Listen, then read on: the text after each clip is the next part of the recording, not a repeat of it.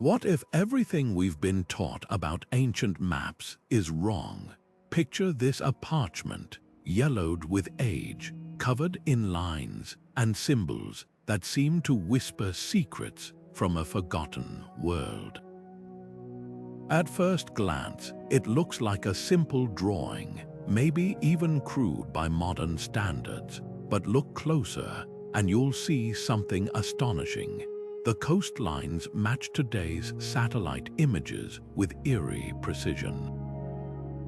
The mountains are placed exactly where they should be. Even the stars above seem to align with the markings on the page. This isn't a fluke or a lucky guess. It's evidence of a sophistication we never expected from civilizations thousands of years in the past. For centuries, historians assumed these ancient maps were little more than rough sketches, symbolic representations of a world still shrouded in mystery. But what if they were wrong? What if these maps weren't just artistic interpretations but precise, scientific documents, crafted with knowledge that somehow rivaled our own? The truth is, the oldest maps in existence don't just challenge our assumptions, they shatter them.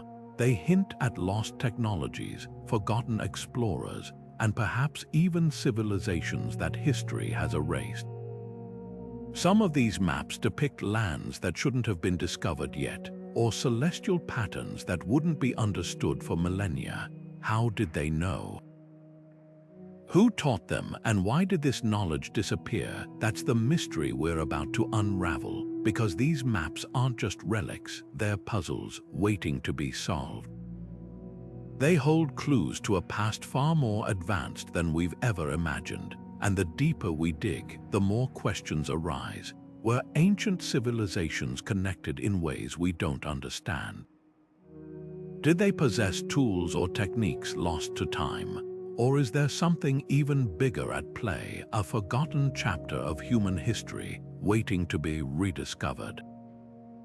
This journey won't just change how you see these maps, it might change how you see the world. So let's begin, because the secrets of the past are hiding in plain sight, and they're ready to be revealed. It's easy to dismiss ancient maps as primitive after all. We're taught that early civilizations lacked the tools and knowledge to chart the world with any real accuracy. But that assumption crumbles when you examine the evidence. Take the Pirry Rise Map drawn in 1513. At first glance, it's just another old parchment. But when researchers compared it to modern satellite imagery, they found something astonishing. The map shows the coastline of Antarctica, not as it appears today, buried under miles of ice, but as it would have looked thousands of years ago when it was last ice-free. That's impossible unless whoever created the original source material had access to technology or knowledge we don't yet understand. And it's not just this one map. Babylonian clay tablets from over 2,500 years ago plot the positions of stars and cities with mathematical precision. The Greeks used advanced geometry to calculate the Earth's circumference within a few hundred miles of the correct figure. Even medieval portolan charts used by sailors depict coastlines with an accuracy that shouldn't have been possible without precise instruments. These weren't rough sketches. They were functional tools that guided explorers, shaped empires, and even held spiritual significance. So how did they do it? Some researchers believe ancient civilizations had surveying techniques far beyond what we've credited them with. Others suggest they inherited knowledge from even older, lost cultures. There's also the possibility that they used methods we haven't yet rediscovered, like celestial navigation techniques or forgotten mathematical principles. Whatever the case, these maps force us to confront a humbling truth. Our ancestors were far more advanced than we've given them credit for. They didn't just see the world, they measured it, mapped it, and understood it in ways that still baffle us today. These artifacts aren't just historical curiosities. They're proof that human ingenuity isn't a straight line of progress sometimes. Knowledge is lost, rediscovered, and lost again. And if ancient civilizations could achieve this level of precision without satellites or computers, what else might they have known that we're only beginning to uncover? The Pirry Rise Map isn't just an artifact, it's a riddle wrapped in parchment. Drawn in 1513 by the Ottoman admiral and cartographer Pirry Rise, this map doesn't just show the known world of its time. It reveals something far more puzzling: the outline of Antarctica, a continent that wouldn't be officially discovered for another 300 years. But here's what really stuns researchers. It doesn't just show Antarctica. It shows Antarctica as it would have looked thousands of years ago, free from ice.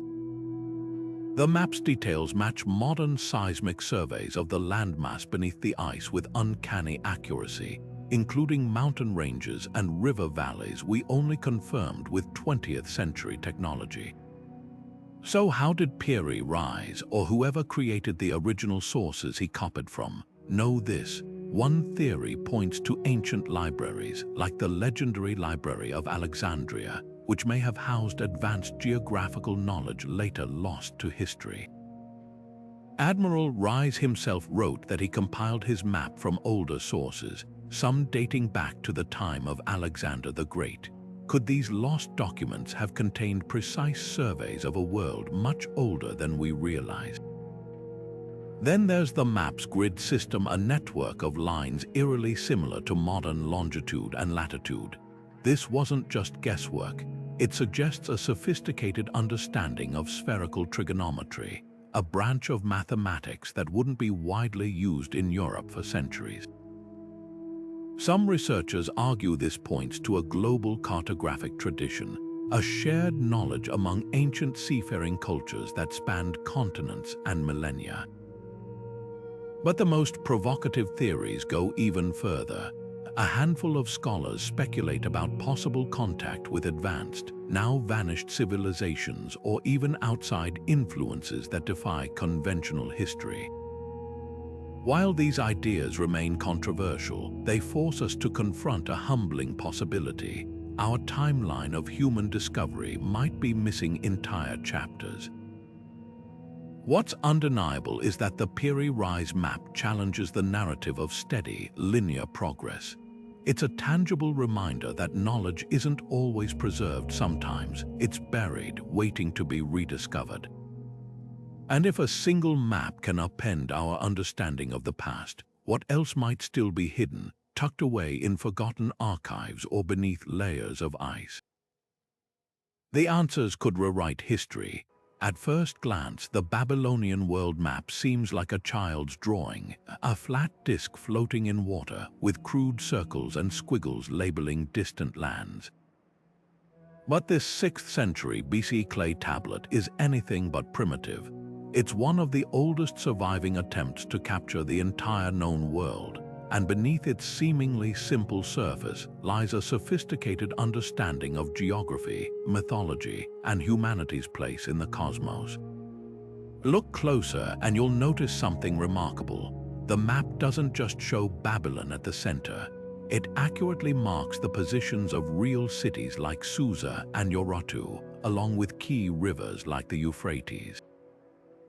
These weren't random scribbles. They were practical markers, likely used by traders, diplomats, or military planners navigating the ancient Near East.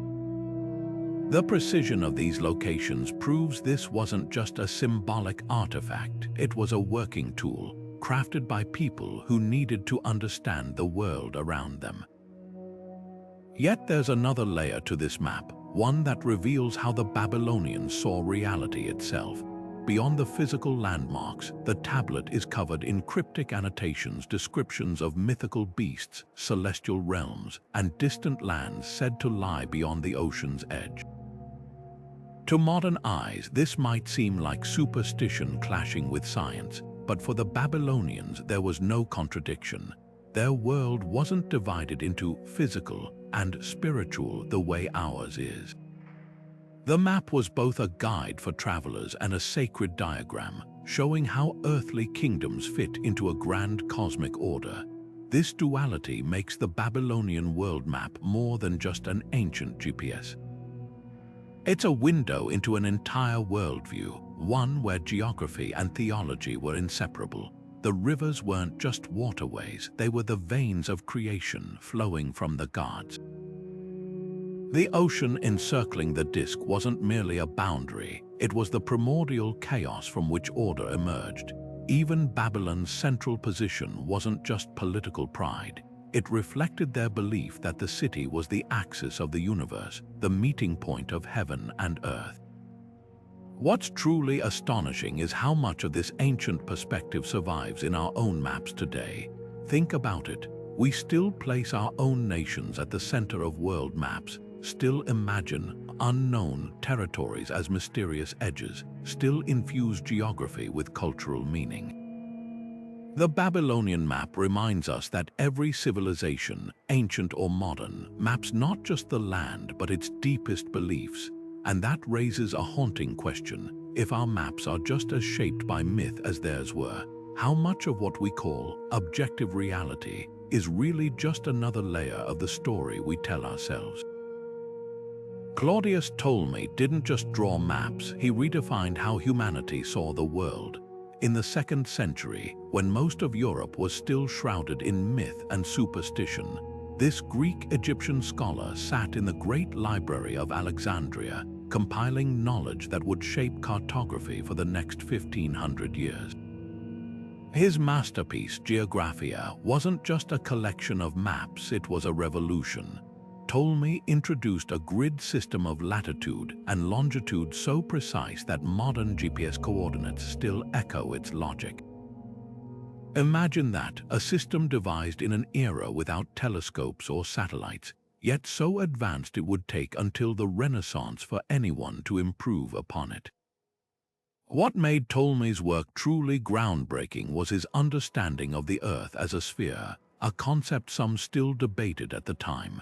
He calculated the planet's curvature with astonishing accuracy, correcting earlier Greek estimates that had overestimated its size. He even accounted for distortions when projecting a spherical world onto flat parchment, a problem modern cartographers still grapple with today. But here's where it gets even more fascinating. Ptolemy didn't just plot cities and coastlines, he mapped the stars, aligning earthly geography with celestial patterns. His maps included instructions for using astronomical observations to determine latitude, turning the night sky into a navigational tool centuries before the compass reached Europe. Yet for all its scientific brilliance, Geographia was also a work of art. Ptolemy's maps were lush with detail, not just mountains and rivers, but annotations about local customs, trade goods, and even mythical creatures rumored to dwell at the edges of the known world. To modern eyes, this might seem contradictory. How could a mind so rigorous also indulge in folklore? But Ptolemy saw no conflict to him. The world was both measurable and mysterious, a place where data and wonder coexisted. His maps were as much about human experience as they were about coordinates, blending empirical observation with the cultural richness of the lands they depicted. This duality makes Ptolemy's legacy so enduring. While later medieval maps often regressed into symbolic representations, Jerusalem at the center, paradise just beyond the ocean, Ptolemy's work remained a beacon of scientific method. When his texts were rediscovered during the Renaissance, they ignited a cartographic revival, guiding explorers like Columbus and Magellan. Of course, his maps weren't perfect.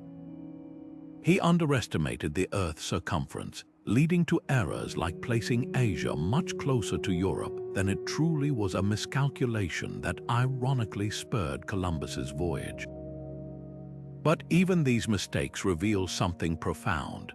Ptolemy's willingness to test, revise, and admit the limits of his knowledge, a humility many modern scholars could learn from. In the end, Ptolemy's maps are more than historical artifacts. they're a testament to the timeless human urge to explore, to measure, and to tell stories about the world we inhabit. They remind us that science and art were never meant to be separate, that the best maps don't just show us where we are, but who we are. And perhaps that's why, after all these centuries, his vision still feels so alive. The Vineland Map sits at the crossroads of history and mystery, a fragile piece of parchment that could either shatter our understanding of the past or reveal itself as one of history's most elaborate hoaxes. Discovered in the 1950s, this 15th century document claims to show the coast of North America, labeled plainly as Vinland, a full 50 years before Columbus set sail. What makes this map so electrifying is its implication. If genuine, it's concrete proof that Norse explorers not only reached the New World centuries earlier, but mapped it with startling clarity. The map depicts Greenland and a stretch of coastline that suspiciously resembles modern-day Newfoundland, where archaeologists later unearthed a Viking settlement at Elance Orks Meadows. The timing, the details, it all feels too precise to dismiss as coincidence. Yet the Vineland map is anything but straightforward. Its faded ink and cryptic Latin inscriptions have fueled debates for decades. Scientific tests have yielded conflicting results, some suggesting the ink contains 20th century chemicals, others pointing to medieval materials. The handwriting has been scrutinized, the parchment dated, and still no consensus emerges. But here's where it gets even more fascinating. Even if the map is a forgery, it's a forgery that knows too much. The geographical accuracy is uncanny, matching Norse sagas that describe Vinland in detail. How would a modern fraudster have access to such precise knowledge unless the original stories were true? This paradox forces us to confront an uncomfortable truth. History isn't just about facts, it's about who controls the narrative. For centuries, Columbus was enshrined as the discoverer of America, despite evidence of earlier voyages. The Vineland Map, real or not, exposes how easily we cling to tidy origin stories while ignoring messy contradictions. If the Norse truly mapped North America first, why was their achievement erased? Was it political convenience, lost records, or simply the arrogance of later empires rewriting history to suit their glory? The map's most enduring legacy might be the questions it raises about discovery itself. What does it mean to discover a land already inhabited by millions? The Norse called it Vinland, but indigenous peoples had names for it long before. The map's controversy isn't just about ink and parchment. It's about who gets to claim knowledge and who gets left out of the story. Whether artifact or fraud, the Vineland Map forces us to reckon with the gaps in our collective memory and the uncomfortable possibility that history's winners aren't always its most truthful witnesses. The Kangnido map doesn't just show the world, it shatters our assumptions about who was looking at it. Crafted in Korea in 1402, this sprawling masterpiece stretches far beyond the borders of East Asia, capturing lands from the Mediterranean to the African coast with a level of detail that feels almost impossible for its time. Here's what's truly staggering. While Europe was still trapped in the Dark Ages, convinced the world ended at the edges of their parchment, Korean cartographers were stitching together a global vision, one that wove together Arab trade routes, Chinese maritime charts, and even whispers of distant European kingdoms. This wasn't just a map, it was a quiet revolution. Look closely and you'll spot the Nile River winding through Africa, its delta sketched with uncanny precision. The Arabian Peninsula juts into the Indian Ocean exactly where it should, flanked by annotations describing bustling ports and caravan routes. Even the mountain ranges of Central Asia snake across the parchment in near-perfect alignment with modern satellite images.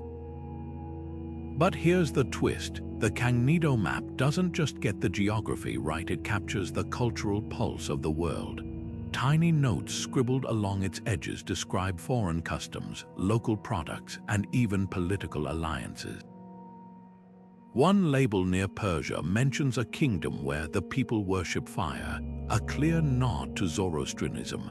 Another, tucked beside the Red Sea, warns of pirates lurking near Aden.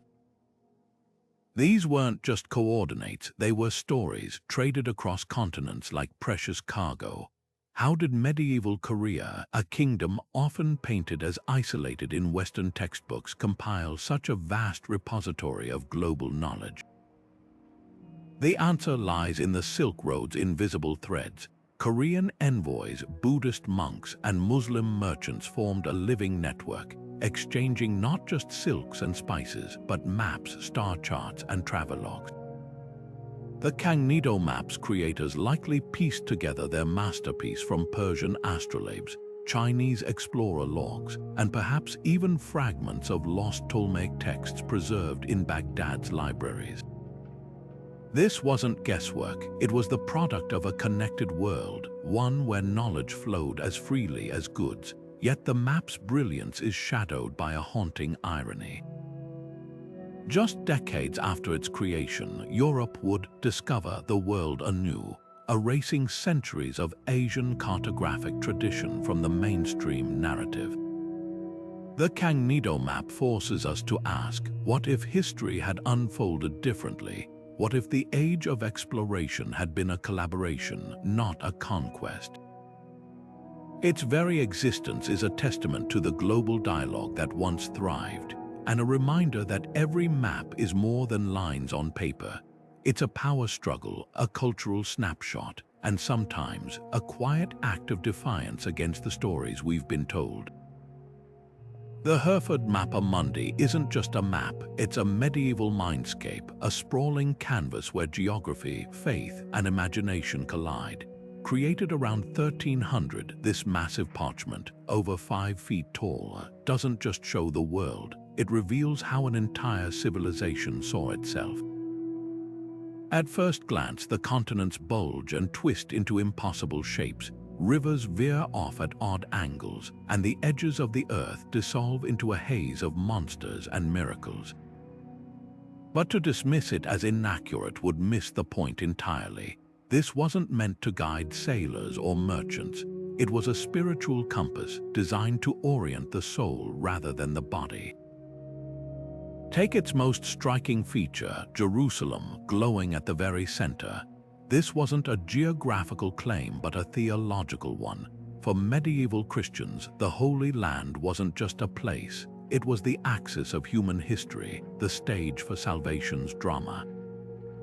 Every other landmark radiates outward from it, not by distance but by significance. Rome, Babylon, even the Garden of Eden all find their places in relation to this sacred heart.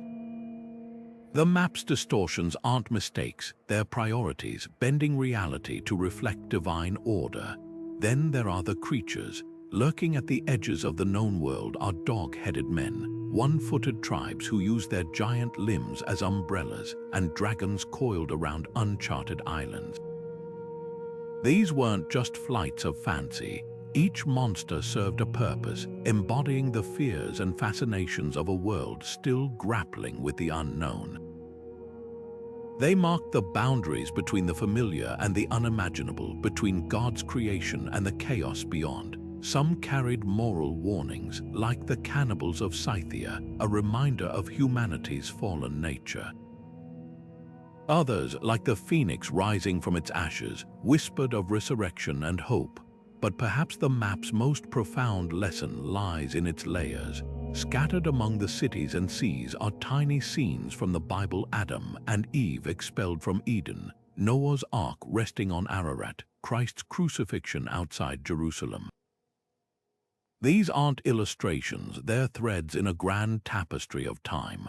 The Mapa Mundi doesn't just show space, it collapses history into a single vision where past, present, and future coexist.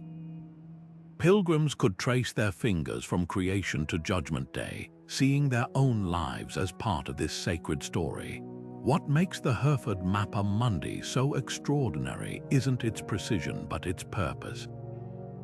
Modern maps claim to show the world as it is.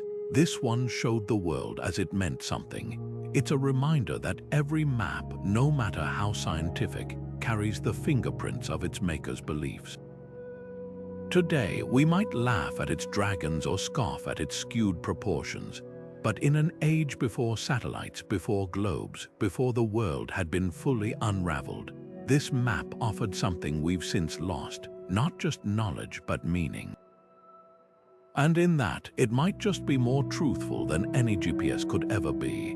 The Zeno map doesn't just chart land, it charts deception or perhaps genius wrapped in layers of ink and intrigue. Published in 1558 by Venetian nobleman Niccolò Zeno, this controversial document claims to reconstruct a forgotten 14th century voyage led by his ancestors, the Zeno brothers, into the icy waters of the North Atlantic.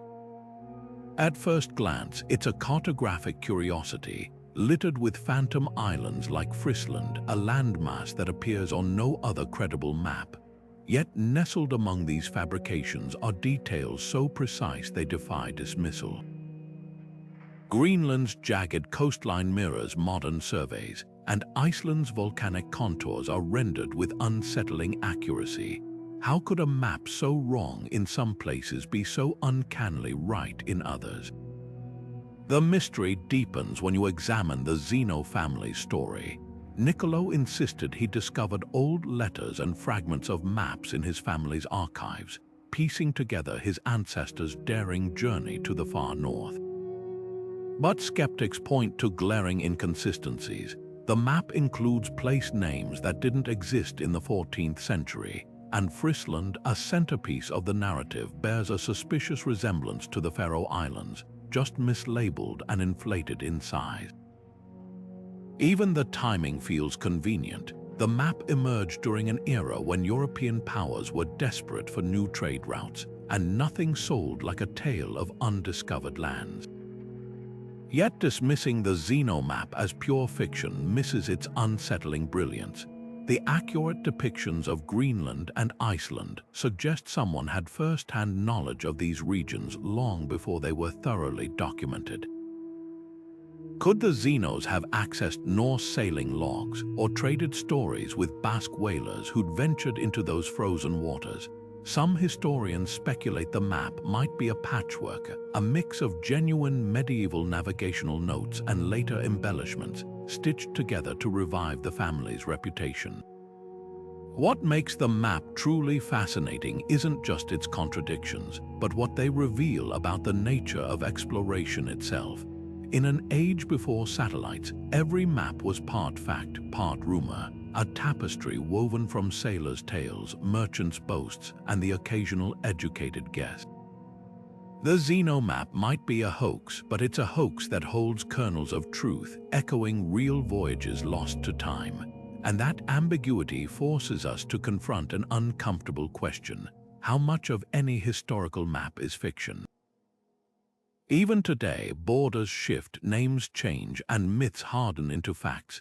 The Zeno map is a mirror, reflecting not just a forgotten journey, but our own struggle to separate discovery from desire. In the end, the map's legacy isn't about proving whether the Zenos sailed north. It's about the stories we tell to fill the blank spaces on parchment and in history. Because every explorer, real or imagined, leaves two trails, one in the earth and one in the imagination, and sometimes the second is far harder to map. Buried in the sands of time, the Turin Papyrus waits a fragile scroll that rewrites what we thought we knew about ancient Egyptian ingenuity. Dated to the 12th century BCE, this isn't just a map, it's a masterclass in resource management, a blueprint for empire building etched onto crumbling linen. Picture a team of royal surveyors trekking through the blistering eastern desert, marking every wadi and rock formation with meticulous care, their goal: to chart the fastest route to gold, the lifeblood of pharaonic power. What they left behind is the oldest surviving topographic map in history, and it's anything but primitive. The papyrus unfolds like a modern geological survey. Squiggles denote dry riverbeds, dotted lines trace mountain paths, and clusters of hieratic script label critical water sources. But the real revelation lies in its precision. The map's rendering of the Wadi Hammamat, a key mining region, matches satellite imagery with startling accuracy.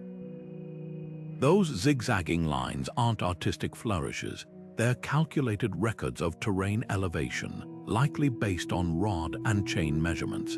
This level of detail suggests the Egyptians didn't just wander the desert hoping to strike gold.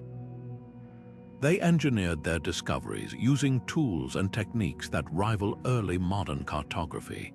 Yet the map's true power wasn't in its ink, it was in its secrecy. Pharaohs like Ramesses Roman IV guarded these documents like state secrets, locking them away with scribes who'd face execution for leaks.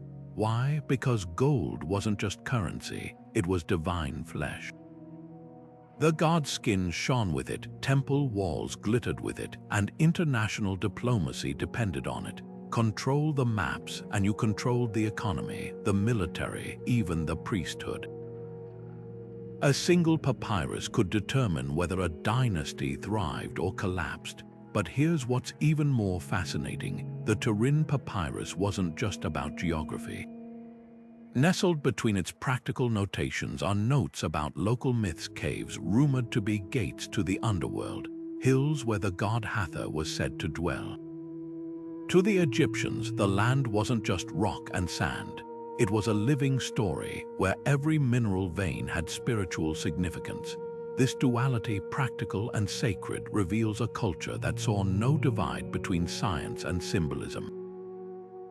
The map wasn't just a guide to wealth, it was a testament to how deeply they believed the earth itself was holy.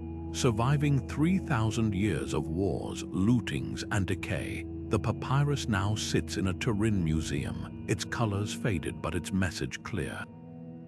Long before GPS or GIS systems, humans were encoding landscapes with intelligence we're only beginning to decode. And if a civilization without compasses or paper could map like this, what other secrets might still lie buried, waiting for the right explorer to dust them off? Imagine a world where Africa stretches endlessly south, where the Indian Ocean is landlocked, and where Europe barely knows its own shape. This was the fractured reality of 12th century geography, until one man, working under the patronage of a Christian king, shattered every assumption. The Tabula Rogeriana, crafted by the Muslim geographer Al-Idrisi in 1154, wasn't just a map, it was a revelation. At a time when most European maps still depicted Jerusalem as the center of a flat earth, Al-Idrisi's work placed continents with startling accuracy, from the snowy peaks of Scandinavia to the monsoon-swept coasts of India. How did he achieve this? By stitching together the greatest minds of his age, Greek mathematicians, Arab navigators, even Norse traders, into a single, unified vision of the world. King Roger Roman II of Sicily, the Norman ruler who commissioned this masterpiece, wasn't just a patron of science, he was a bridge between civilizations. His court in Palermo buzzed with scholars speaking Arabic, Latin, and Greek, debating everything from astronomy to zoology. It was here that Al-Idrisi, a well-traveled scholar from Muslim Spain, spent 15 years compiling accounts from sailors, merchants, and ancient texts. The result, a silver disc weighing over 300 pounds, engraved with a map so precise it would remain unmatched for centuries. The original was destroyed in riots, but the surviving copies tell a story of collaboration that defies modern stereotypes. What makes the Tabula Rogeriana revolutionary isn't just its accuracy, it's its methodology. Al-Idrisi didn't rely on guesswork or dogma. He cross-referenced Ptolemy's coordinates with first-hand reports from Viking traders who'd sailed the North Atlantic. He corrected the Greek misconception that the Indian Ocean was enclosed by land, drawing instead on Arab dhows that had reached Madagascar and beyond. Even the map's orientation, with south at the top, reflected Islamic cartographic tradition, forcing viewers to literally see the world from a new perspective. Yet the map's true genius lies in its omissions. Unlike contemporary European mappy Mundi, crammed with biblical scenes and mythical beasts, Al-Idrisi's work is strikingly clinical. Cities are plotted by latitude and longitude, mountain ranges rendered with topographic care, and coastlines sketched from navigational logs. This wasn't just art, it was science in service of empire. Rogeriana, too, used it to streamline trade routes, levy taxes, and project Sicilian power across the Mediterranean. The tragedy is how narrowly this knowledge spread. While Al-Idrisi's work influenced Arab geographers for generations, Europe largely ignored it, clinging to outdated models for centuries. Had his map been widely copied, the age of exploration might have begun 200 years earlier. Instead, it became a glittering outlier, proof that when cultures collide without prejudice, they can redraw the boundaries of human understanding. The Tabula Rogeriana doesn't just belong to history. It's a blueprint for what we could still achieve. The Cantino planisphere is more than just ink on parchment. It's a snapshot of espionage in the age of empires. Picture a shadowy figure in 1502, slipping through the docks of Lisbon with a rolled-up treasure far more valuable than gold. This wasn't just any map. It was a stolen masterpiece, a detailed rendering of Portugal's most fiercely guarded secret, the sea route to India. Commissioned by an Italian spy named Alberto Cantino, the planisphere wasn't just copied, it was smuggled out under the noses of Portuguese authorities, who declared such knowledge a state secret punishable by death. The stakes couldn't have been higher. In an era where a single map could tilt the balance of global power, this was less a document and more a declaration of war. What makes the Cantino planisphere so extraordinary is its precision. Every curve of the African coastline, every island dotting the Indian Ocean, even the bulge of Brazil, all were plotted with astonishing accuracy, mirroring the Portuguese crown's own charts. These weren't rough sketches from second-hand accounts. They were direct copies of the Padrão Real, the master maps kept under lock and key in Lisbon. The level of detail betrayed an inside job, likely involving bribed sailors or disgruntled cartographers, but the map's true brilliance lies in its omissions. Certain coastlines are deliberately distorted, while others are suspiciously blank, evidence that the Portuguese had already begun the oldest trick in the espionage playbook, seeding disinformation to throw rivals off course. Yet the planisphere's legacy isn't just about stolen secrets. It reveals a darker truth, maps as instruments of control. Portugal didn't just want to reach India, they wanted to own the very idea of the route.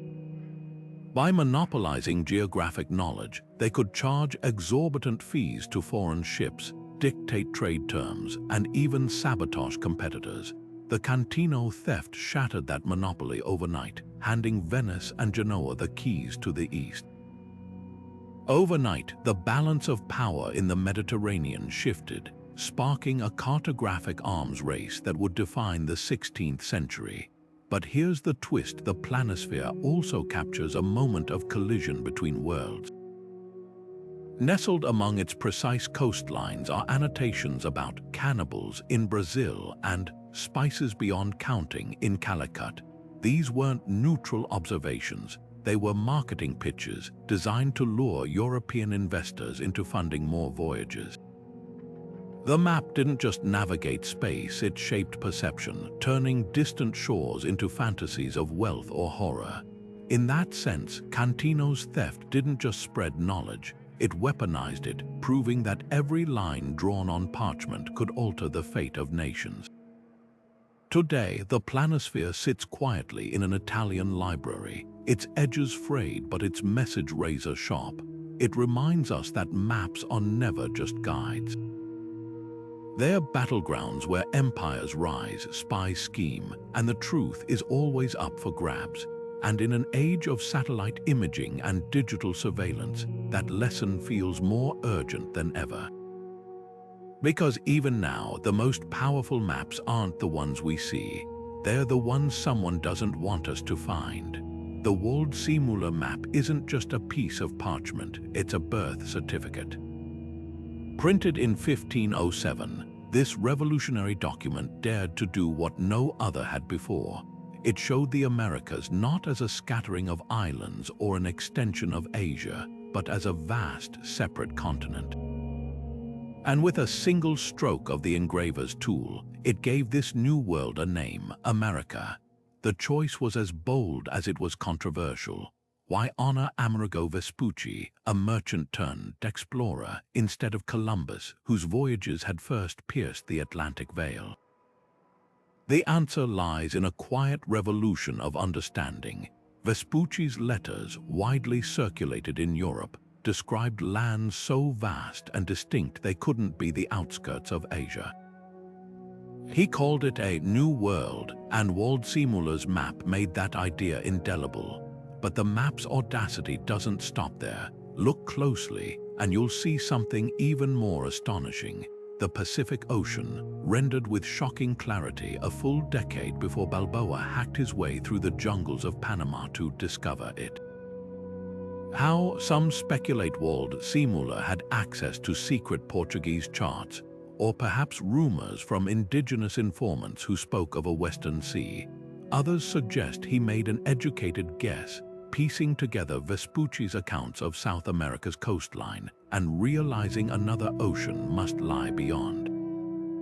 Whatever the source, the inclusion of the Pacific reveals a cartographer willing to trust intuition over tradition, a rarity in an era when many still clung to Ptolemy's ancient geography.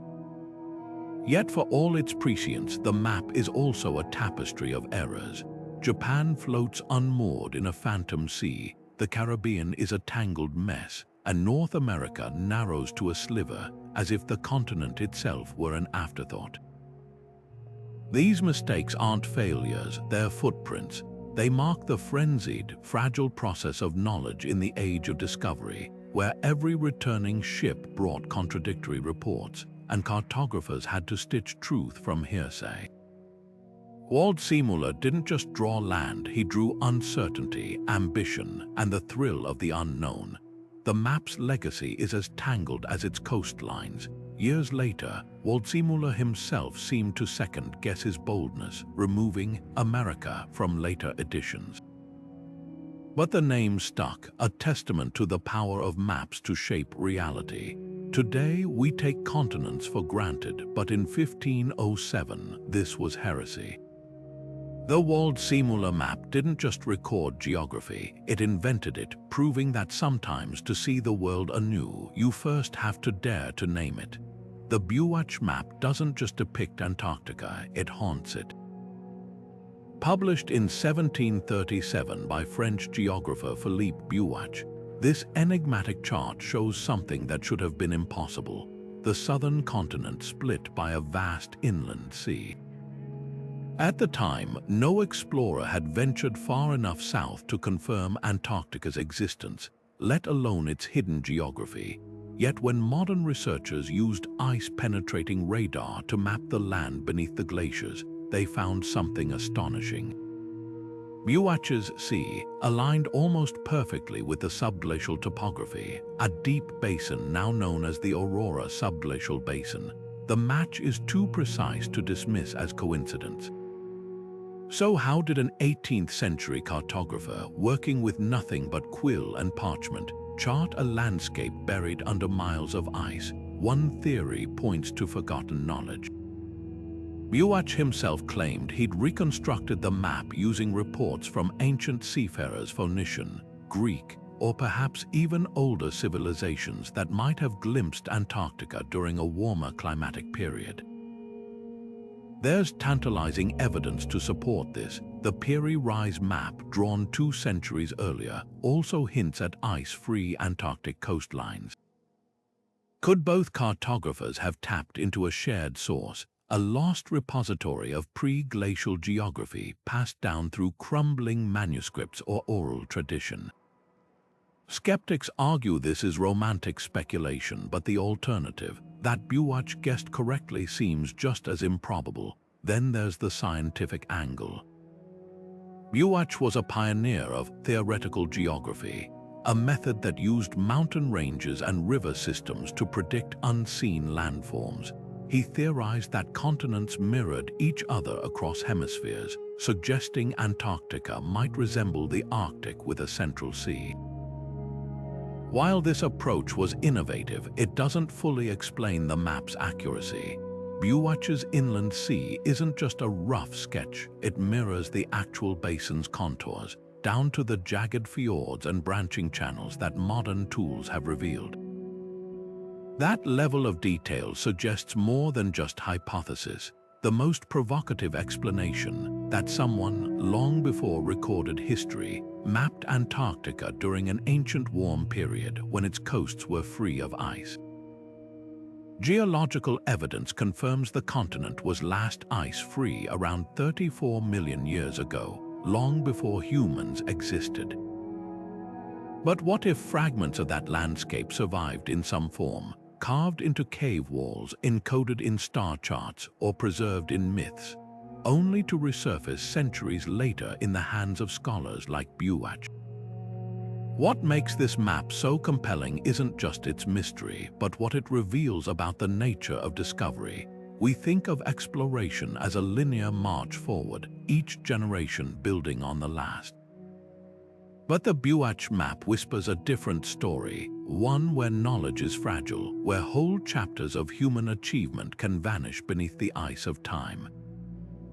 It forces us to ask, how much have we truly forgotten? And if a single map can upend our assumptions, what else might still be waiting, hidden in plain sight?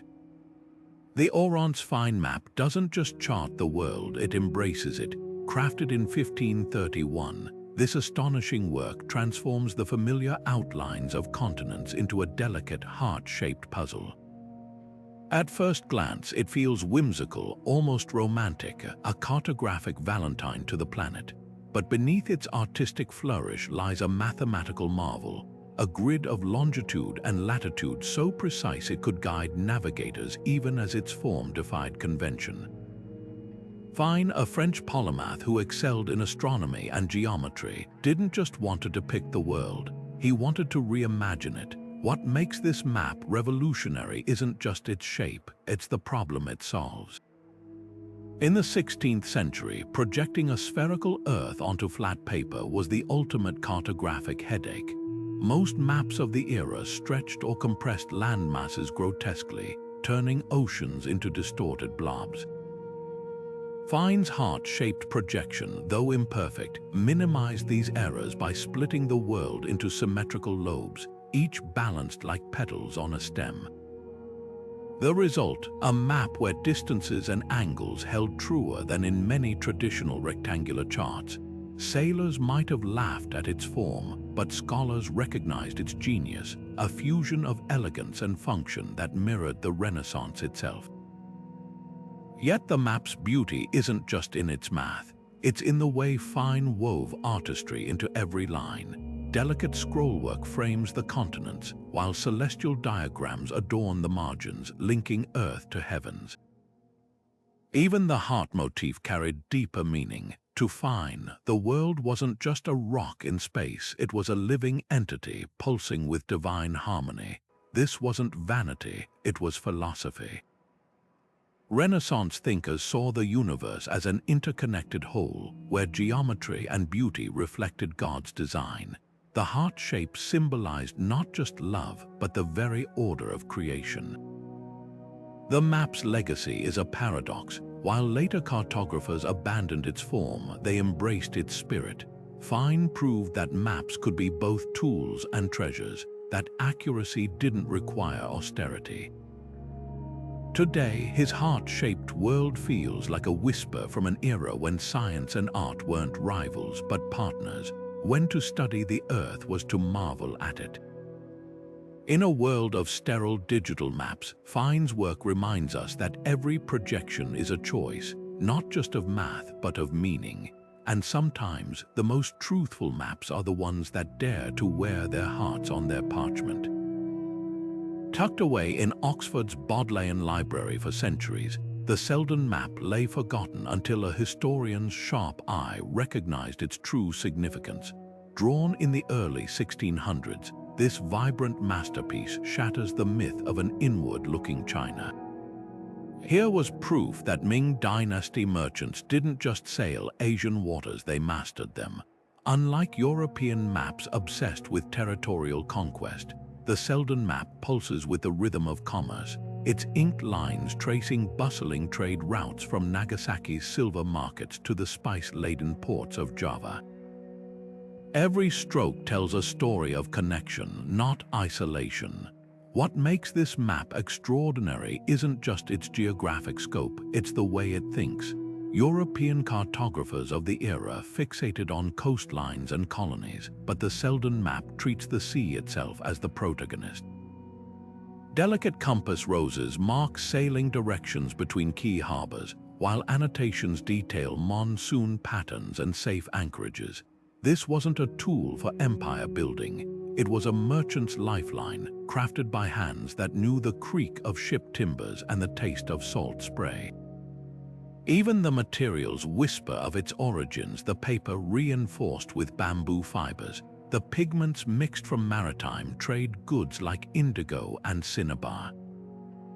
The map's rediscovery in 2008 sent shockwaves through academic circles. For generations, historians had accepted the Qing dynasty's later narrative of China as a land-bound civilization, wary of the ocean. Yet here was irrefutable evidence of a sprawling maritime network, where Chinese junks outmaneuvered Portuguese carracks and Arab dhows in the race for dominance. The Selden map even reveals secret negotiations, unofficial ports where Ming officials turned a blind eye to private trade, despite imperial decrees against it. This was globalization, Ming style, pragmatic, sophisticated, and utterly at odds with the textbook portrayals. But the map's greatest revelation might be its silence. Absent are the dragons and monsters that adorned contemporary European charts. Instead, empty spaces between routes hint at something radical, the confidence of sailors who didn't need to invent terrors to explain the unknown. Their world wasn't shrouded in myth, it was measured in shipping lanes and profit margins. Today, the Selden map stands as both artifact and accusation. It proves how easily history gets rewritten by the victors, how a single document can unravel decades of dogma. And it begs a tantalizing question. If this much was hidden in an Oxford shelf, what other truths still wait, folded quietly in the archives for someone bold enough to look? The Martellus map hangs like a ghost over the age of discovery, a masterpiece of misinformation that changed the course of history. Crafted around 1491 by German cartographer Henricus Martellus, this sprawling parchment was more than just a pretty artifact. It was a dangerous illusion, one that seeped into the mind of Christopher Columbus and sent him sailing toward a continent he never intended to find. At first glance, the map's most glaring flaw is its stretched and swollen Asia, extending far eastward into what should have been open ocean. This wasn't a simple error. It was a cartographic mirage, shrinking the true distance between Europe and Asia by thousands of miles. When Columbus set sail in 1492, he carried this miscalculation in his bones, convinced he'd reach Cathay in weeks. Without the Martellus map's distortion, he might never have dared the journey at all. Yet for all its inaccuracies, the map holds a paradoxical brilliance. Turn your gaze south, and the African coastline emerges with startling precision, every bay and headland meticulously rendered. from the hump of Cape Verde to the sharp hook of the Cape of Good Hope. This wasn't guesswork, it was stolen knowledge. Portuguese explorers had spent decades charting Africa's shores, guarding their findings like state secrets. Martellus, likely working with leaked Portuguese charts, became an unwitting conduit for this clandestine geography. The map's split personality, wildly wrong about Asia, eerily right about Africa, reveals the messy reality of Renaissance cartography, part espionage, part artistry, and part blind luck. What makes the Martellus map so haunting isn't just its influence on Columbus, it's how it embodies the double-edged power of maps. A single line drawn too long or too short could shape empires, divert fortunes, and rewrite destinies. For centuries, scholars assumed Martellus had relied on Ptolemy's ancient miscalculations, but recent multispectral imaging has uncovered something even more intriguing: hidden notes and corrections in the map's margins, suggesting Martellus knew his Asia was flawed but lacked better data. He wasn't a fraud, he was a prisoner of his sources, stitching together a world from fragments of truth and rumor. The map's legacy is a lesson in humility. Today, we trust GPS to guide us inch perfectly to our doorsteps, but the Martellus map reminds us that every map is a bet, a best guess colored by the biases and blind spots of its makers. It's also a testament to the unintended consequences of error. Columbus's discovery of the Americas wasn't just luck, it was the direct result of a map's stubborn mistake. And that raises a chilling question. What myths are lurking in our own digital maps, quietly steering us toward futures we don't yet see? The Martellus map doesn't just hang on a wall. It whispers from the past, warning us that sometimes the most dangerous maps aren't the ones that lie, but the ones we believe too much. The Urbano Monti map isn't just a relic, it's a time capsule of Renaissance ambition, frozen in 60 pages of hand-painted parchment. Imagine a Milanese nobleman in 1587, hunched over his desk, stitching together explorers' sketches, merchants' tales, and his own wild imagination into a single, dizzying vision of the planet. What makes this map extraordinary isn't just its size, it's the way it flips the world upside down, literally. Monti chose a polar projection, centering the North Pole and fanning the continents outward like petals on a flower. This wasn't just artistic flair, it was a stroke of genius centuries ahead of its time. Modern cartographers wouldn't adopt this style until the 20th century, when aviation made such perspectives practical. Yet here was Monti with nothing but quill and ink, bending geography to his will. But the map's real magic lies in its contradictions. On one page, Japan's coastline curves with startling accuracy, thanks to Jesuit missionaries' reports. Turn the page and you'll find a griffin perched near the Arctic, its wings outstretched over lands Monti could only guess at. To modern eyes, this mix of fact and fantasy might seem naive. But Monti wasn't just doodling monsters, he was documenting the limits of human knowledge. Every mythical beast marked a frontier, a blank space where data ended and imagination began. In an age before satellites, even the wildest rumors held value. A sailor's tale of sea serpents might hide a kernel of truth about uncharted currents or unknown species. Monti understood that maps weren't just records, they were invitations to explore. What's most striking, though, is the map's audacious scope. Monti didn't just want to sketch continents, he wanted to capture the world's pulse. His manuscript includes wind patterns, ocean currents, even cultural notes about distant kingdoms.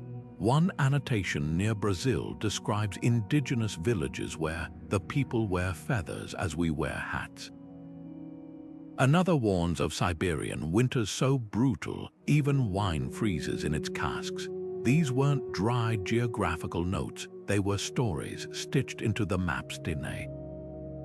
Monty dreamed of a living atlas, one that didn't just show places but evoked them. The smell of spice markets, the roar of Antarctic winds, the eerie glow of the midnight sun. Yet for all its brilliance, the Urbano Monti map was nearly lost to history. Bound in a private album for centuries, it escaped the fires and wars that consumed so many Renaissance treasures. When it finally resurfaced in the 20th century, scholars gasped at its prescience. That polar projection alone should have cemented Monti's legacy. But perhaps the map's obscurity is fitting. Like the man who made it, the Urbano Monti map exists at the edges, too bold for its time, too strange for textbooks, a whispered secret between the past and those willing to look closer. It reminds us that every map is a gamble, a bet placed on the fragile intersection of knowledge and wonder, and sometimes the boldest bets are the ones history takes longest to repay. The Portolan charts defy everything we think we know about medieval navigation. These aren't the crude, symbolic maps of European monks, they're shockingly precise, with coastlines so accurate they could still guide a sailor today. Picture a 14th century sea captain unfurling one of these vellum masterpieces, tracing his finger along the jagged contours of Spain or the boot of Italy, each curve matching reality within miles. What's baffling isn't just their accuracy, but how they achieved it. Unlike later maps that relied on latitude and longitude, Portolan charts use a spiderweb of room lines radiating from compass roses, a navigational hack that lets sailors plot straight-line courses between ports, adjusting for wind and current. These weren't just maps, they were mathematical instruments disguised as art. Where did this knowledge come? That's where the mystery deepens. The earliest surviving Portolan charts appear suddenly in the 13th century, already fully formed, with no evidence of gradual development. Some scholars believe they're copies of far older maps, perhaps Roman peripli or Phoenician sailing logs, preserved in Byzantine or Arab libraries after the fall of antiquity. There's tantalizing evidence for this. The charts show coastal depths and hidden harbors known to classical traders but forgotten by medieval Europe. One chart even marks a lighthouse near Alexandria that hadn't stood for 800 years. It's as if these maps carried whispers from a lost age of exploration, passed down through generations of sailors who guarded them like trade secrets. Then there are the wind roses, those intricate, flower-like compasses that cover every inch of the parchment. Each rose isn't just decoration. It's a functional tool with 32 directional lines intersecting at precise angles. Modern experiments show that following these lines with a simple straight edge can navigate the Mediterranean with less than 5% error. That level of precision shouldn't have been possible without chronometers or star sightings, yet medieval mariners used them routinely. Some researchers speculate they relied on dead reckoning, tracking speed and direction hour by hour, but even that wouldn't explain the chart's uncanny coastal details. The most compelling clue might be what's missing. Portolan charts completely ignore inland geography, no rivers, no cities, no political borders. Every stroke of ink serves one purpose: getting a ship safely to port. This singular focus hints at their origins. They weren't made by armchair geographers, but by sailors for whom a misplaced rock could mean death. That's why many believe the charts weren't drawn from surveys at all, but from thousands of voyages, with each captain adding his hard-won knowledge to a growing collective archive. Imagine generations of merchants whispering in dockside taverns, comparing notes on hidden reefs and safe anchorages, slowly stitching together a patchwork of truth. Yet even this theory can't fully explain their sudden appearance. Perhaps the answer lies not in parchment, but in the stars. Arab navigators had been using the camel, a simple wooden board, to measure celestial angles centuries before the Portolans emerged. Did some forgotten genius combine this technology with European sailing logs, creating a hybrid system lost to history? Or was there a deeper network of exchange, where Jewish cartographers in Majorca traded secrets with Egyptian astronomers and Venetian spice merchants? The charts themselves hold one final enigma. Many bear Arabic numerals alongside Latin script, as if to remind us that knowledge has no native language. What survives today is more than a navigational tool. It's a testament to human ingenuity in the face of the unknown. These charts didn't just guide ships, they guided history, enabling the trade routes that fueled the Renaissance. And that's the real mystery. We can measure their accuracy, admire their beauty, even sail by their lines. But the hands that first drew them remain shadows, their methods as elusive as the morning mist that once clung to the sails of medieval caravels.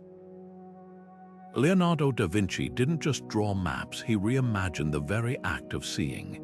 Take his breathtaking bird's eye view of Imola, a small Italian town he sketched in 1502. At first glance, it looks like a modern satellite image, the streets radiating from the central piazza, the fortified walls forming a perfect geometric ring. But this wasn't captured from the sky. It was painstakingly constructed from ground-level measurements, a feat of imagination and precision that merged art with engineering. Da Vinci's genius wasn't just in accuracy. It was in his ability to flatten three-dimensional space onto paper while preserving the living essence of a place. His maps pulse with movement, rivers swirl with hidden currents, rooftops cluster like murmurations of birds, and distant hills roll with the rhythm of breath. What sets these works apart is their dual nature. They were both practical tools and philosophical statements. When the warlord Cesare Borgia commissioned Leonardo to survey his territories, he wanted military advantage, clear lines of sight for cannons, choke points for troops. But Leonardo delivered more. His maps revealed how water shaped valleys over centuries, how wind carved dunes, how human settlements clung to the land like natural outgrowths. This wasn't just cartography, it was ecology centuries before the word existed. He even annotated his sketches with observations about soil composition and agricultural potential, turning strategic documents into holistic portraits of place. The secret lay in his techniques. Leonardo pioneered the use of shading to indicate elevation, creating depth without contour lines, a method so intuitive modern hikers still instinctively read topographic maps this way. His studies of river systems employed a revolutionary exploded view technique, showing underground tributaries and surface flows simultaneously, like an X-ray of the landscape. And then there's the color. Where most Renaissance maps relied on flat washes, Leonardo layered translucent glazes to mimic the play of light on terrain, making parchment shimmer with the illusion of sunlight. Yet the most radical aspect of Leonardo's maps is what they leave out. Unlike the cluttered medieval Mappi Mundi, stuffed with allegory and legend, his works embrace empty space. Unpainted areas aren't omissions, they're invitations, suggesting the untamed wilderness beyond human dominion.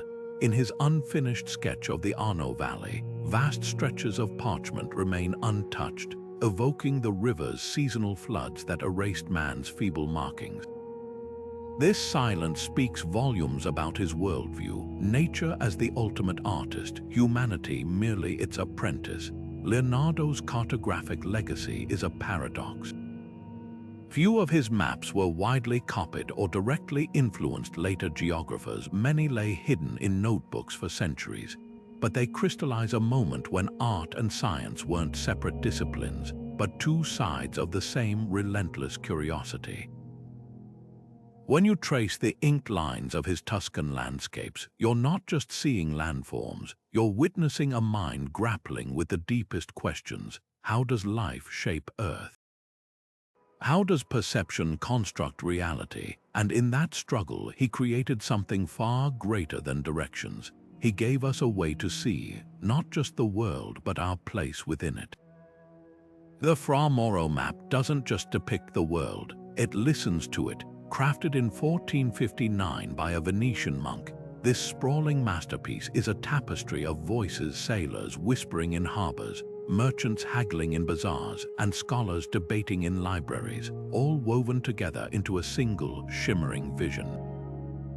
At first glance, its circular form feels traditional, but look closer and the subversion begins. Unlike European maps that place Jerusalem at the center or north at the top, Fra Mauro flipped the script. His map orients southward, a quiet rebellion against the conventions of his time. This wasn't just artistic whimsy, it reflected the reality of Venice's trade networks, where knowledge flowed from Alexandria to Malacca as freely as spices and silk. What sets this map apart is its relentless curiosity. While other cartographers clung to Ptolemy's ancient theories, Fra Mauro scrawled annotations like, "I do not confirm this," next to dubious classical claims, favoring instead the accounts of trustworthy men who have seen with their own eyes. His Africa isn't a blank expanse of monsters, but a land of bustling kingdoms like Ethiopia and Mali, their gold-rich rulers sketched in meticulous detail. One note near the Indian Ocean describes a ship's crew witnessing stars never seen in our hemisphere, a nod to celestial navigation far beyond Europe's grasp.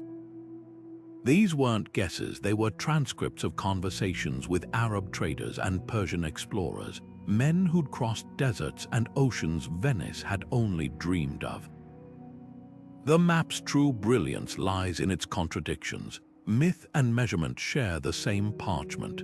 The Garden of Eden appears as a walled paradise in the east, while nearby, the Red Sea is rendered with hydrodynamic accuracy, its currents marked for sailors.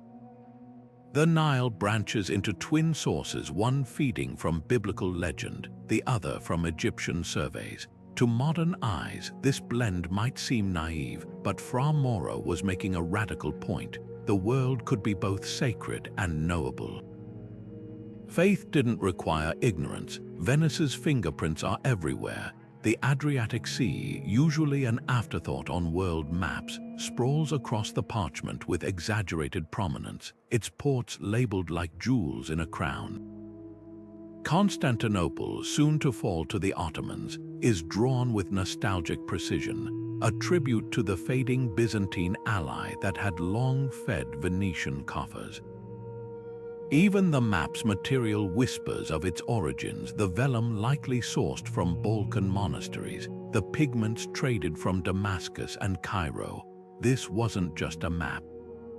It was a mercantile manifesto, proof that Venice's wealth came not from conquest but from connection. Yet for all its cosmopolitanism, the Fra Mauro map harbors one haunting omission.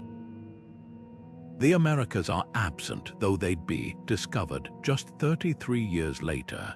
Some scholars argue Venetian merchants already knew of Norse sagas describing lands west of Greenland. Did Fra Mauro choose exclusion, or was he on the brink of a truth his ink couldn't yet capture? The answer may lie in the map's margins, where he scribbled a humble admission. Even the most learned men do not know all the world's secrets.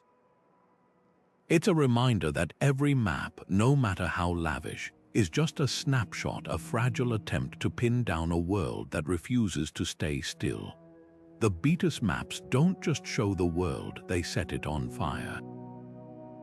Created in 10th century Spain by monks copying the commentaries of Saint Beatus, these swirling, luminous manuscripts transform geography into prophecy, where every mountain and river pulses with apocalyptic significance.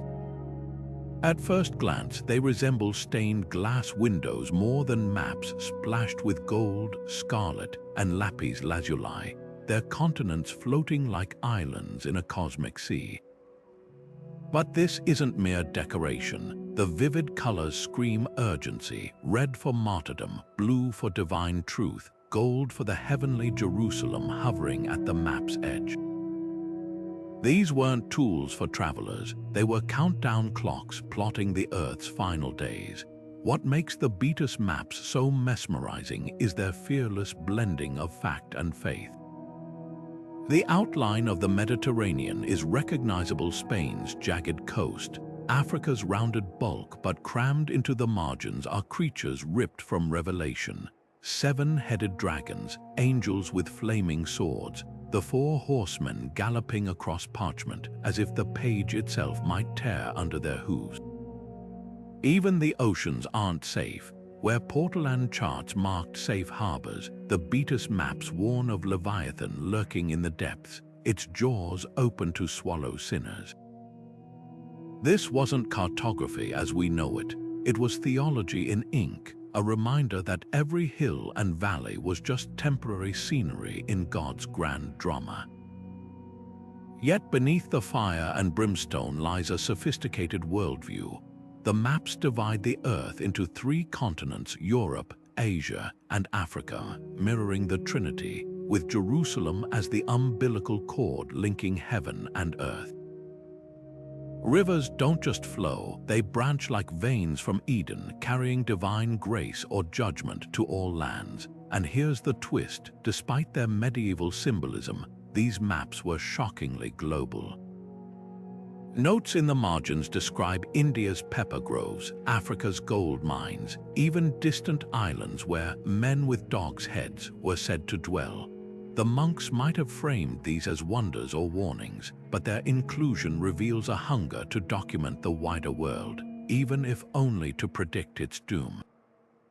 The Beatus maps also hold a quiet rebellion. Most medieval European maps placed east at the top, where Eden supposedly lay.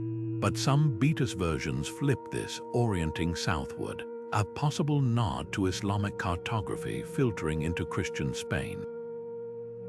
In a time of clashing faiths, these maps became melting pots, absorbing Arab astronomy, Jewish mysticism, and classical geography into their vivid panels.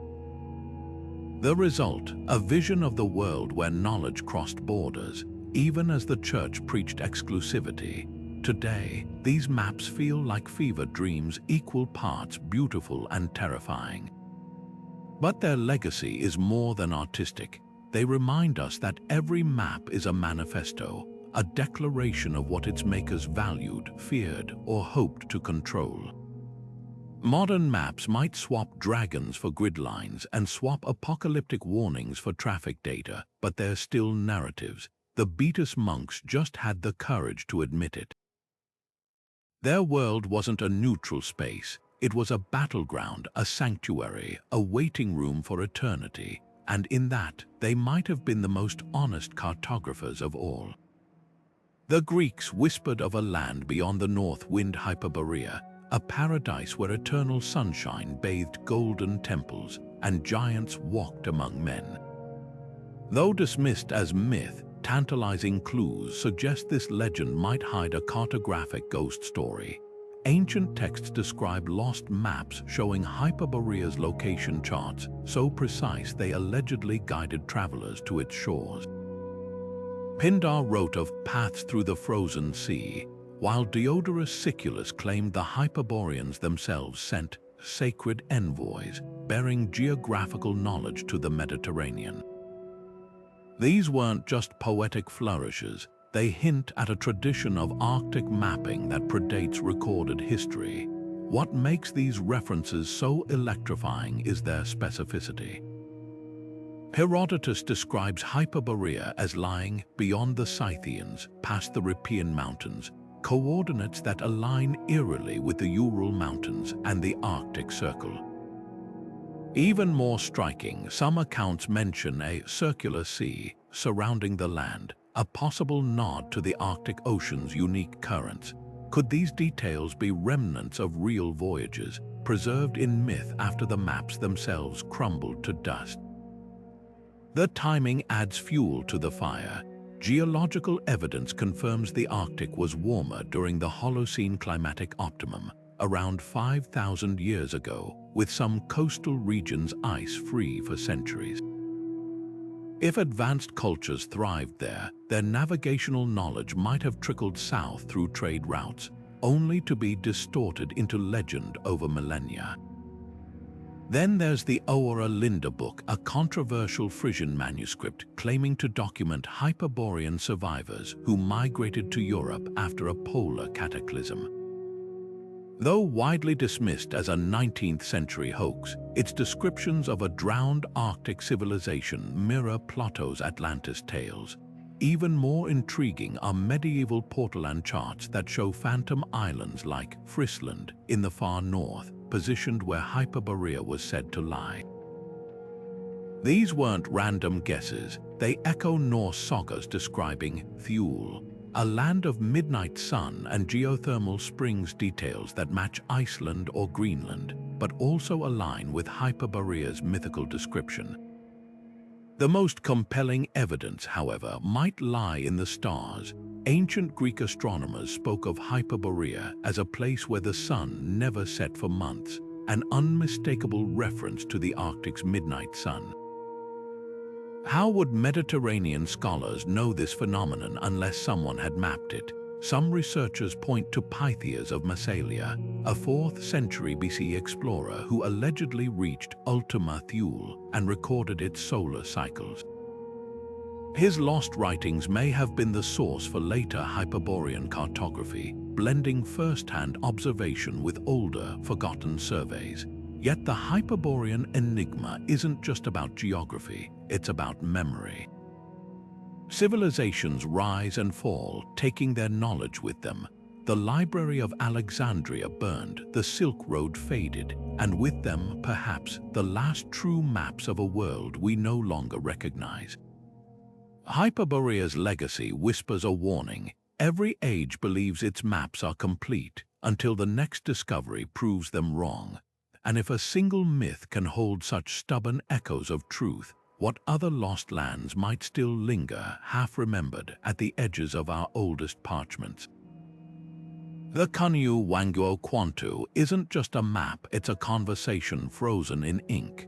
Created in 1602 by the Jesuit missionary Matteo Rixai and his Chinese collaborators, this sprawling masterpiece stretches across 6 feet of silk, stitching together two worlds that barely knew each other existed.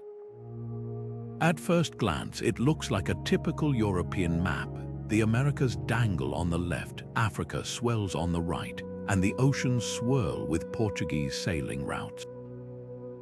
But tilt your head and the illusion shatters. Traditional Chinese cartography bleeds through. Constellations pulse in the margins, the Great Wall snakes across the north like a celestial dragon, and the whole earth floats inside a ring of ancient divination symbols.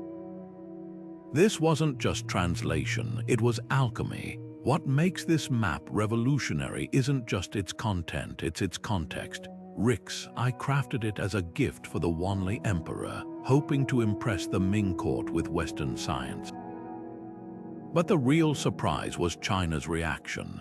Instead of dismissing these strange new continents as heresy, scholars pored over the details, debating whether Brazil's jungles matched legends of Fusang, a mythical land across the Eastern Sea. The map's annotations reveal this cultural negotiation in real time. European place names sit side by side with Chinese poetic translations. The Amazon becomes the Sweet Sea, the Mediterranean the Lake of the Western lands. Even the equator, a concept foreign to traditional Chinese geography, gets rebranded as the Red Road, evoking imperial thoroughfares rather than abstract science. The map's hybrid nature shines in its contradictions. I meticulously plotted latitude and longitude using European methods, but he kept China at the center not out of arrogance, but necessity. To the Ming, the Middle Kingdom wasn't just a political idea, it was cosmic law. Moving it would have been as unthinkable as rearranging the stars, yet Rixai compromised in subtler ways. He included mythical Chinese landmarks like the Fountain of Youth in Southeast Asia, but tucked them discreetly beside verified Portuguese trading posts. The message was clear: both traditions could coexist, each lending credibility to the other. But the true marvel lies in what the map doesn't show. Reis, I deliberately omitted sensitive details: no markers for Spanish silver fleets, no routes to Japan's Christian underground. This wasn't censorship, it was cartographic diplomacy. Every line carried political weight. When the emperor's astronomers noted errors in the star charts, Reis, I quietly corrected them in later editions, proving science could bend to save face. Even the paper whispered of cultural fusion. The silk was Chinese, the pigments imported from Jesuit workshops in Macau, the calligraphy a collaboration between Reis's shaky brushstrokes and his Mandarin tutor's elegant corrections. The Kunyu Wanguo Quantu's legacy isn't just in its ink, but in its silence. For decades after its creation, Chinese scholars debated whether the Americas were real or Reis's elaborate fiction. Yet the map's influence seeped into unexpected corners. Korean envoys smuggled copies home, inspiring their own hybrid atlases. Japanese warlords studied it, tracing potential invasion routes to the Philippines. And in Europe, Reis's reports of China's sophistication sparked a craze for chinoiserie that would last centuries. This map didn't just bridge east and west, it proved that no civilization holds a monopoly on truth. Its faded silk still whispers a lesson we've yet to fully learn, that the world looks different depending on where you stand, and the bravest maps are the ones that dare to show both views at once. The night sky wasn't just a backdrop for ancient mapmakers, it was their compass, their clock, and their sacred text. Long before telescopes or GPS, civilizations from the Polynesian voyages to the Babylonian astronomers charted their world by the stars, weaving celestial patterns into the very fabric of their maps. Take the Nebra sky disk, a 3,600-year-old bronze artifact from Germany. At first glance, it looks like a simple depiction of the Sun, Moon, and Pleiades star cluster. But when researchers overlaid its markings onto a map of the region, they found something astonishing. The disk's golden arcs align with sunrise and sunset positions during solstices, effectively turning the entire landscape into a giant astronomical calendar. This wasn't just art, it was a geolocation tool, blending Earth and sky into a single navigational system. This celestial thinking reached its zenith in places like Stonehenge, where towering stones frame the summer solstice sunrise with eerie precision. But Stonehenge isn't an outlier. Across the globe, from Egypt's pyramid complexes to the Maya's El Caracol Observatory, ancient architects designed structures to mirror the heavens. The Great Pyramid of Giza, for instance, aligns with the North Star of its time, while its shafts point directly to Orion's belt, a constellation linked to the god Osiris. These weren't random choices. They reflected a belief that the land below was a reflection of the cosmos above, and maps were the bridges between them. The Polynesians took this idea even further. Without compasses or written charts, they navigated thousands of miles of open ocean using star paths, mental maps that connected islands to specific star risings and settings. A skilled navigator could sail from Tahiti to Hawaii by memorizing the angle of the Pleiades over the horizon, feeling the swell of currents that mirrored celestial rhythms. Their maps weren't drawn on parchment but etched into oral tradition, passed down through chants that encoded wave patterns, bird migrations, and the faint glow of bioluminescence that traced underwater ridges. This wasn't just navigation, it was a living dialogue with the universe. Even medieval European maps, often dismissed as fanciful, hid celestial secrets. The Hereford Mapa Mundi might show dragons at the edges, but it also positions Jerusalem at the center of a cosmic cross, aligning earthly geography with Christian astrology. TO maps shaped like a cross within a circle weren't just symbolic, they mirrored the ancient belief that the ecliptic, the sun's path, divided the heavens into 4 quarters, just as rivers divided the continents.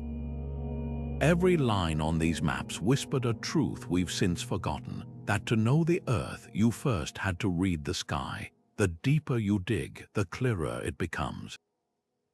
Ancient maps didn't just use astronomy, they were astronomy. From the Inca's sec lines radiating from Cusco like cosmic spokes, to the Aboriginal song lines that charted the land through constellations, every culture saw the same truth: the stars weren't just above us. They were within us, etched into our landscapes, our myths, and the very maps we made to find our way. And in that light, perhaps the oldest maps weren't just guides to the world, but invitations to look up and remember where we truly are. The world's oldest maps don't just mark locations, they mark moments when humanity dared to reimagine itself. These parchment and clay artifacts are more than directions. They're dialogues across time, carrying whispers of knowledge we're only beginning to decipher. Think about it, the Pirry Rise Map didn't just show Antarctica, it captured a coastline buried under ice for millennia. The Babylonian world map didn't just plot cities, it wove them into a cosmic tapestry of myth and meaning. These weren't mistakes or lucky guesses. They were deliberate, sophisticated achievements that force us to ask, how much have we underestimated our ancestors?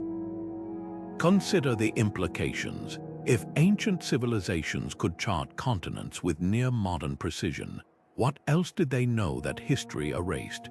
Were their libraries filled with advanced astronomical charts, or schools where navigators memorized star paths we've since forgotten?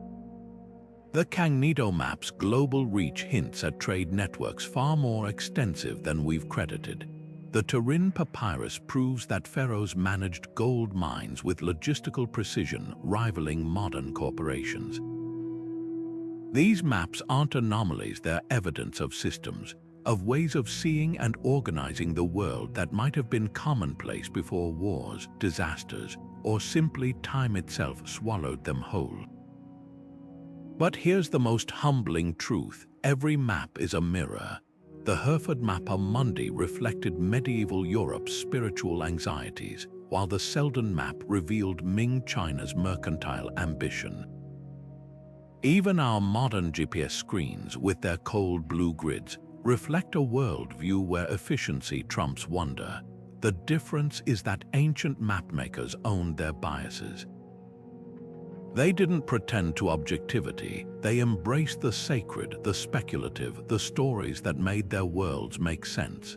In that honesty, they might have been more truthful than we are.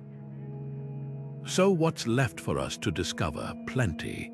Multispectral imaging is revealing faded ink on long-studied charts, while archaeologists unearth new fragments every year. Perhaps the next breakthrough won't come from a dusty archive, but from someone watching this very video, someone who looks at an old map and sees what others missed. Because the greatest lesson these maps teach isn't about the past, it's about humility.